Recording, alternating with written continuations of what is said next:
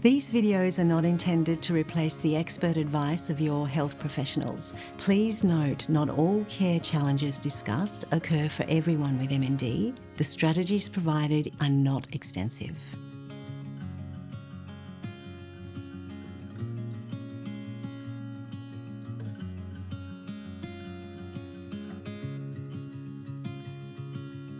Carers will often put their whole life on hold while they care for the person that's been diagnosed with MND, which is totally understandable.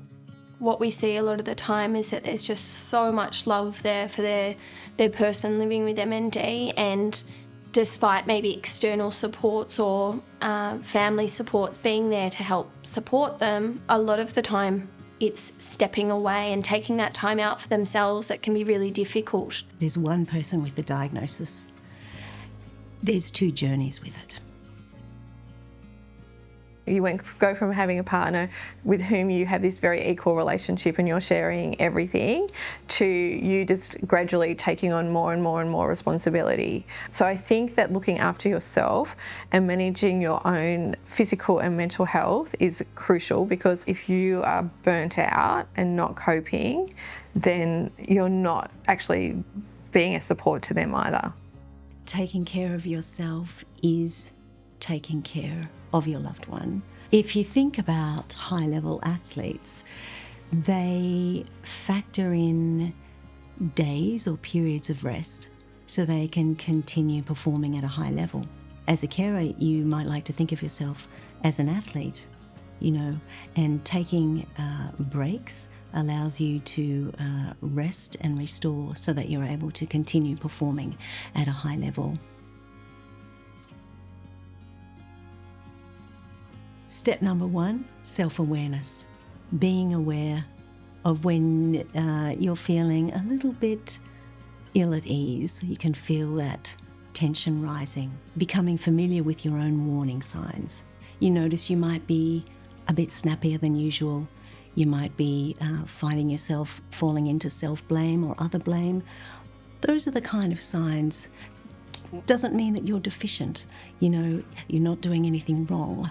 All it means is that your cup is depleting and it may be time to replenish. Creating an imperfect plan. Just note down the things that fill your cup so that when you do find yourself in a moment of overwhelm and you can't think straight, then you can refer to your list. Some carers enjoy water aerobics, for example. Others prefer to just walk their dog in the morning. That's their thing. Other people have something set up every week where they go for coffee with friends. For some people, it's putting the headphones on and doing a mindfulness meditation. You want to make sure that you're doing things that are energising, whether it's spending time with your grandkids or having cups of coffee out and about, spending time in the garden, giving yourself permission to do that so you don't get to that point of not being able to care. It can be very small, micro actions. I meditate for 40 minutes, I do some exercise or practice my Italian or read a book. Identify a support team. Those people, friends and family members in your life that you could call on in a pinch to allow you to take a break. We encourage carers to actually have a list of the things that someone else could do, whether it's walking the dog, whether it's putting the washing on, maybe it's making a meal.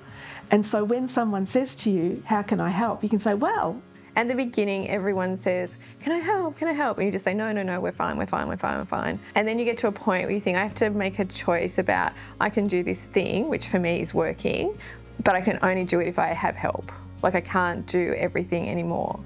If someone offers help, make sure you accept it. But it's a kind thing they're doing for you. And people actually want to help you, but they just don't know how. So if you can not say no, if you can say, down the track, I might need you, and that's how they get to show their love as well. Some families say 5 o'clock. We just don't talk about MND after 5 o'clock, and we get on with our evening, how we want to do it. Some people nominate a day and they'll say, we're not going to have any appointments on a Tuesday. We'll do appointments any other day, but Tuesday's going to be our day that's an MND free day. Having that that mindset of let's give ourselves a break from this every now and again. What can be really challenging is taking a break from caring when your person's care needs are higher. So, for example, that they might need help with their shower or they might need help getting dressed, but that's when you might have a paid carer do that. We go in and help assess and see what supports they need and then help connect them with any supports that's available, whether that's through My Aged Care or NDIS or community supports that may be there. Accepting that support can sometimes be really difficult, but I think it is a really huge step and a really important step to mitigate that risk of carer burnout. Talk to your advisor about how to make that happen, because there is support that can be put in at home while you take that break. Often we call it the letterbox conversation, where you actually walk out to the letterbox with your advisor or the allied health professional that's come to your home, and you can have another little conversation about what else you're noticing and what would be helpful to you. The Carer Support Program, a very flexible program. We have lots of things on offer that we encourage people to take up if they feel comfortable to. Regular contact by email and text. We have the kitchen table conversations that are online. Pretty much we try and make it like if you were sitting around a kitchen table, you can talk about anything. It's a lovely opportunity for carers to come together and ask each other questions and find out how other people are managing things. I think it's always valuable to be able to express and talk about what's going on for you. I go to therapy pretty regularly, so probably once a fortnight, once every 3 weeks I see a therapist, because I think it's you actually start to live with like constant grief because you're always losing something. Something's always changing in your life. So I have someone that I can talk to about all of that stuff. If you can avail yourself of all the supports available to you, I would recommend it. It's never too late to reach out for help. For many carers, they express that it's like holding their breath for the time that they're caring.